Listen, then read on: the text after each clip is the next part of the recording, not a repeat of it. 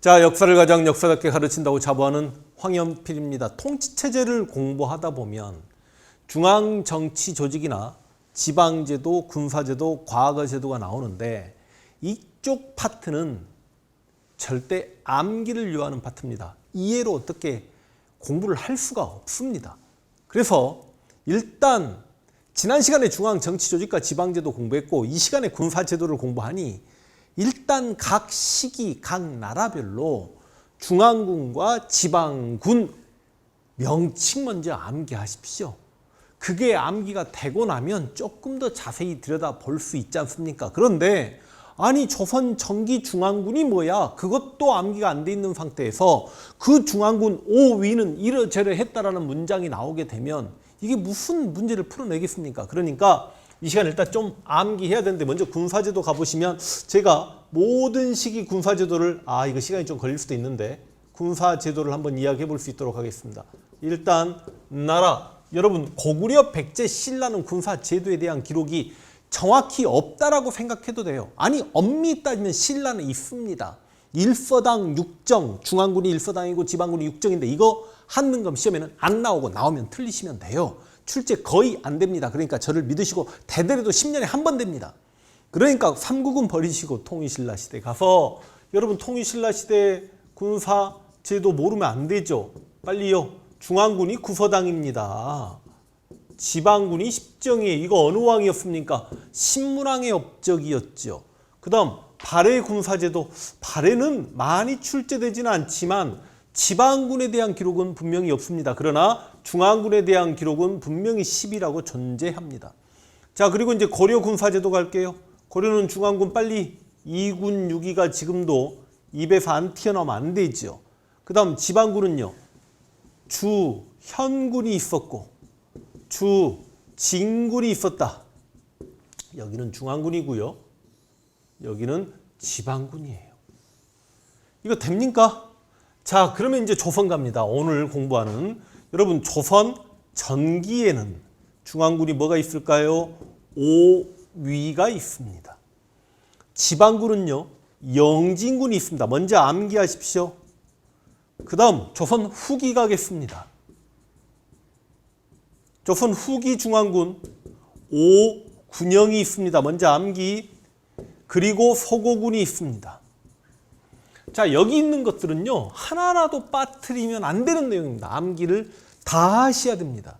그렇다고 지금 내가 통일신라나 이쪽을 지금 추가로 공부해 드릴 필요까지는 없습니다만 그냥 통일신라의 중앙군 구서당에는 고구려나 백제 유민이 포함되었기 때문에 민족융합정책이 엿보인다. 조금 기억나는지 모르겠고 이 문장 하나만 기억하시고요.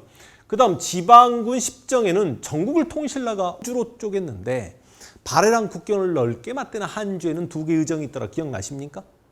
발해는 그냥 10이 그렇게 가시고요. 고려는 진짜 중앙군 2군, 응양군과 용호군이 있었고 6개 부대는 그냥 수도 경비를 담당하는 6개 부대가 있었다. 당연히 중앙군이고 왕의 친위부대고 그러지 않겠습니까? 응양군의 상장군이 반주 역할을 하면서 병부상서까지 겸임했다. 제가 너무 어려운 말씀 드리는 거죠. 실제로 무신정변이 발발했을 당시 정중부가 바로 응양군의 상장군이었습니다. 그런데 고려 2군 6위를 공부하는 과정에서 보통 군인이 될 수 있었던 신분이 따로 있었던 것 같다. 이걸 군반 C족설이라고 하는데 제가 또 어려운 이야기인가? 우리 지금 조교 선생님하고 PD님하고 같이 보고 있는데 이거 공무원 공부하면 다 해야 되는 거잖아요. 그런데 그래 좋아요. 쉽게 갑시다. 고려 2군 6위는 직업군인이어서 그 직역이 세습돼요. 아빠가 군인이면 자식이 군인이고 그 다음 이들은 군인전을 지급받았다. 여기는 5도의 주영군, 양계의 주진군. 더 어려운 내용이 많지만 지금은 뭐 주진군은 도령이 지휘했다 뭐 이 정도까지만. 여기는 5도, 여기는 양계. 자, 그럼 조선 전기 갑니다. 조선 전기 지난 시간에 세조 때 실은 맞습니다. 지난 시간에 세조가 5위 체제를 정비했다라고 분명히 말씀을 드렸습니다. 그런데 5위를 5위 도총부가 관장한다. 그러니까 5위 도총부가 5위를 관리하는 곳인데 다 세조 때 만들어지죠.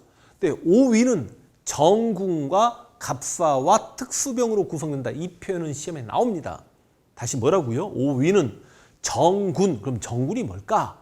16세 이상 자유민 남자들이 군역의 의무를 지기 위해 군사훈련 받고 군대에 투입되는 일반 군인을 정군이라고 해요.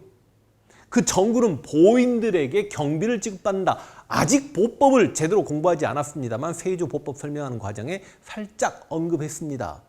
그리고 이 정군이 있으면 일정한 시험을 봐서 하급 장교가 되는 갑사라는 게 있고 양반이나 공신의 자제들이 편제되기도 하는 특수병도 분명히 존재했다. 다시 오이는 정군, 갑사, 특수병 이렇게 잡으시면 되고요. 여기 영진군은 그냥 조선 정기 지방군이 영진군이다. 그것만 아시면 됩니다. 진짜로요. 이거 암기하기도 쉽지 않습니다. 자, 그런데 누가 뭐라고 해도 군사제도는 조선 후기부터 더욱더 중요해집니다. 조선 후기에 임진왜란 때 우리가 일본에게 완전히 털렸잖아요. 그리고 의무병제 정군을 데리고 군대를 형성하기 어려우니까 돈을 주고 군대를 사자, 금요병을 양성하기로 합니다.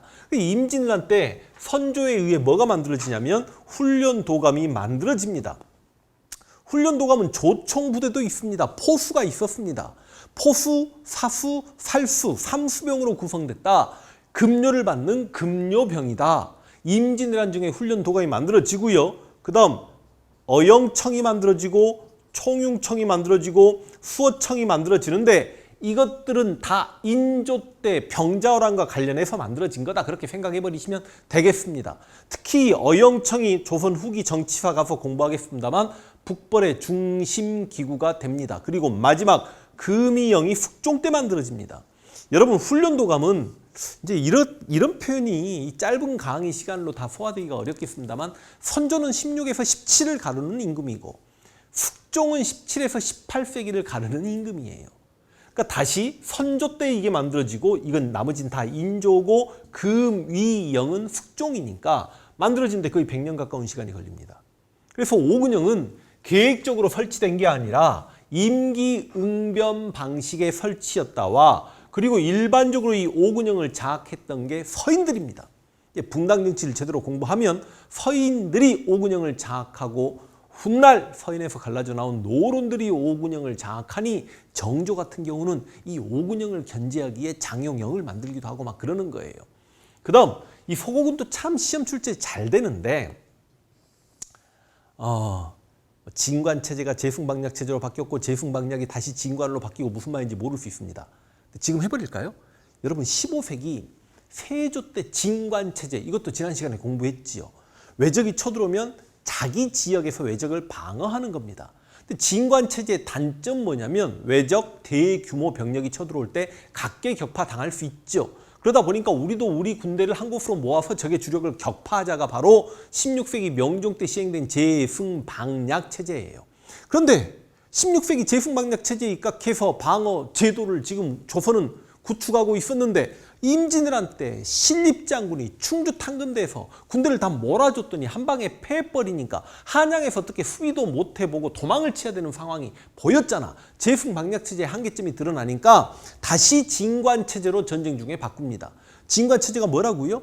외적이 쳐들어오면 그 지역 사람들이 자기 동네를 지켜라. 그 진관체제에 입각해서 양반부터 노비까지 참여하여 농사가 바쁠 때는 농사를 지어요. 농번기 때는. 그런데 농한기 때는 군사훈련을 받고 유사시에는 전쟁을 나가자가 바로 소고법이라고 합니다. 그 소고법에 입각한 조선 후기 지방군이 소고군인데 가장 시험에 잘 나오는 문장은 소고군은 양반부터 노비까지 편제되었다. 그러나 양반들이 삼지창 들고 노비들하고 같이 뛰어다니고 싶었겠습니까? 그러니까 양반들은 거의 참여하지 않았다. 자, 이것 좀 암기, 대가리만 좀 하시고요. 지금 조선이니까 5위는 정군, 갑사, 특수병. 한번 써줘 볼게요. 정군, 갑사, 특수병. 오늘 왜 이렇게 지금 자세히 천천히 하지? 시간이 너무 걸리겠는데. 그 다음 5군형은 특히 훈련도감 시험에 많이 출제됩니다. 이때 지방군 소고군이라는 거 진짜 꼭 알고 계셔야 되겠습니다. 이러면 군사제도가 끝납니다. 됐나요? 과거제도 갈게요. 지금 두 분 다 내 제자잖아. 피디님, 조교님 맞지? 공무원 강의할 때 과거제도 토 나와요, 안 나와요?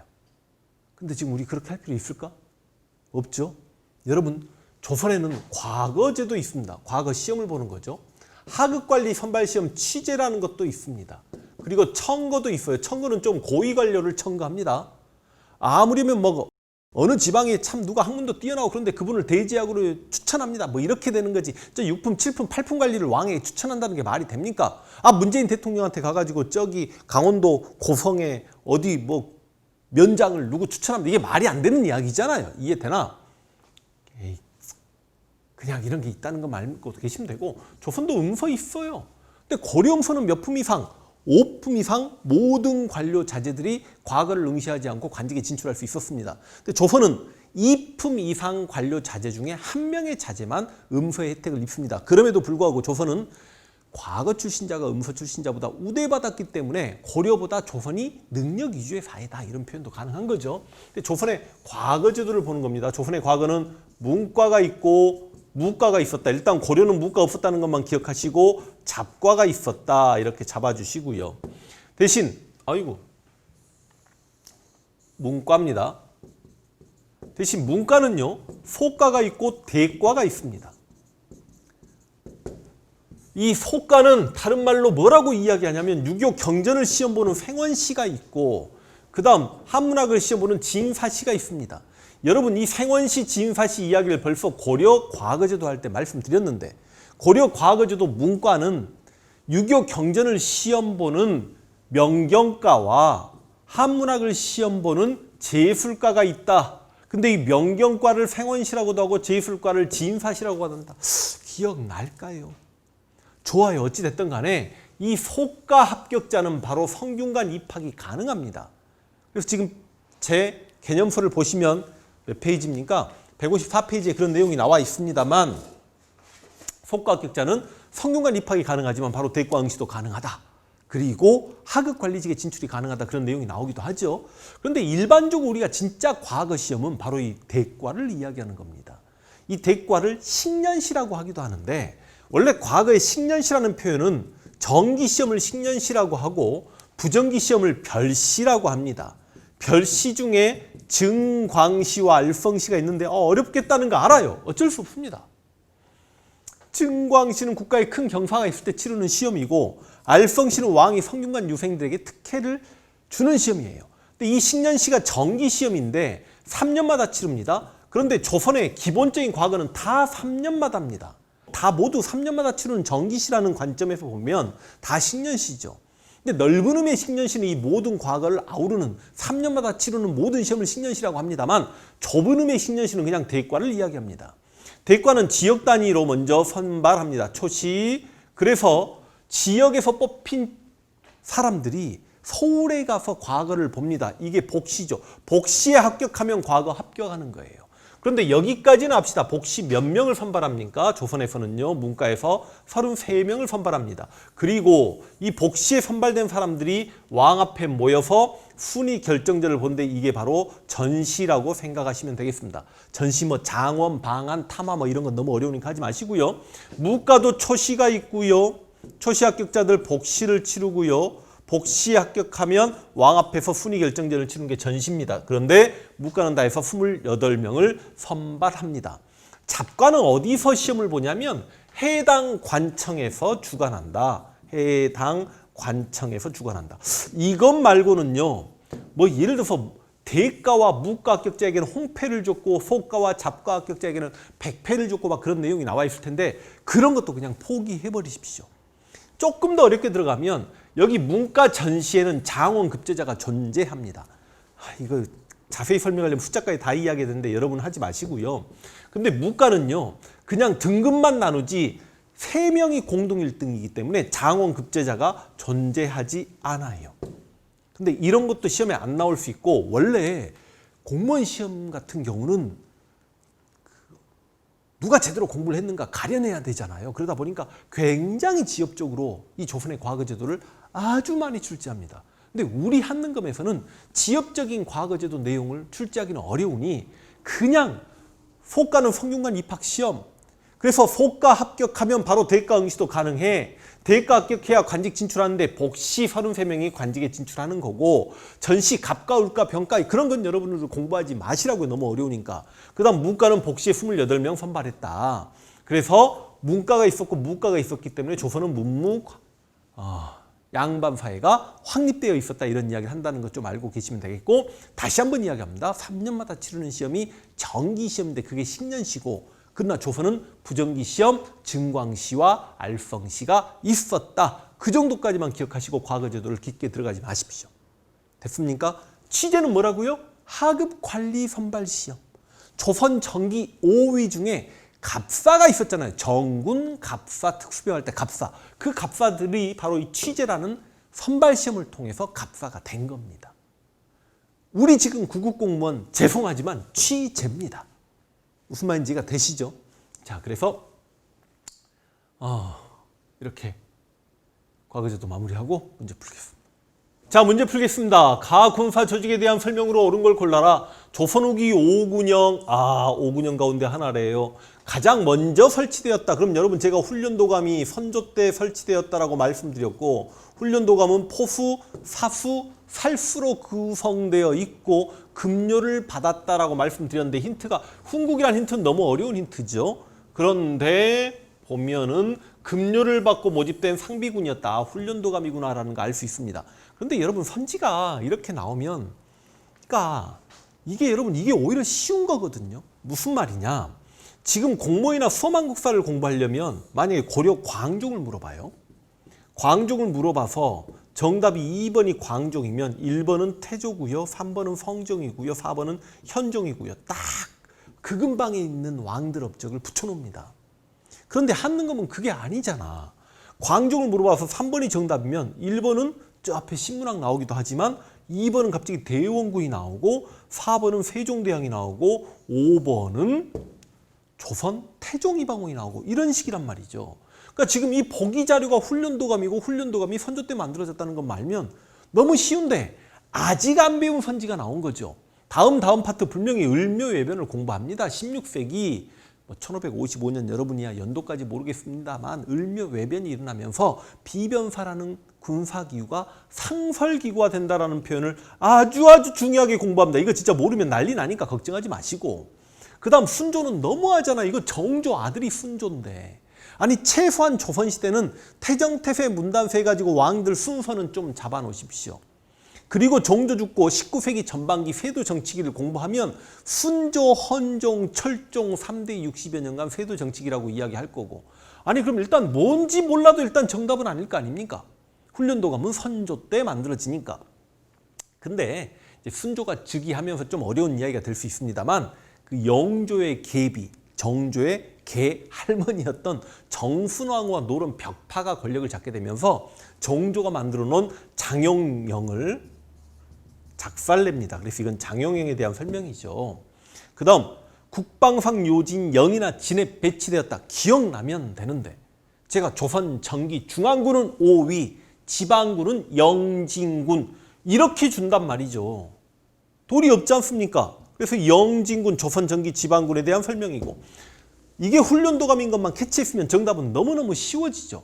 그러니까 정답이 쉬우니까 나머지 선지가 조금 어려울 수 있는 거야. 정답 포수, 사수, 살수, 삼수병. 선지 5번은 공부한 내용이긴 하지만 조금 어렵게 기출되긴 했습니다. 고려 중앙군 2군 6이 2군 6이 응양군, 영호군 2군이죠.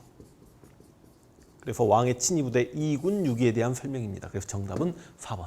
이렇게 문제 풀겠고 누가 뭐라고 해도 고려 군사제도 어렵기 때문에 각 나라별 중앙군, 지방군 이름 먼저 암기하시고 과거제도는 진짜로 여러분이 깊게 들어가서 공부한다고 하더라도 예를 들어서 그래요. 수험한국사를 공부하고 7급 시험 준비하시는 분들도 조선시대 과거제도를 정말 깊게 들어가서 공부하지만 시험에 출제되면 또 틀려버립니다. 어렵게 출제되기 때문이에요. 그러나 우리 한능검은 많이 어렵게 출제하지 않습니다. 그러니까 제가 강조한 내용만 잡으시고 믿고 따라오시고 나중에 기출문제 조금 더 풀어보시면 충분합니다. 오케이! 다음 시간부터 조선 정치사 계속 달려나갑니다.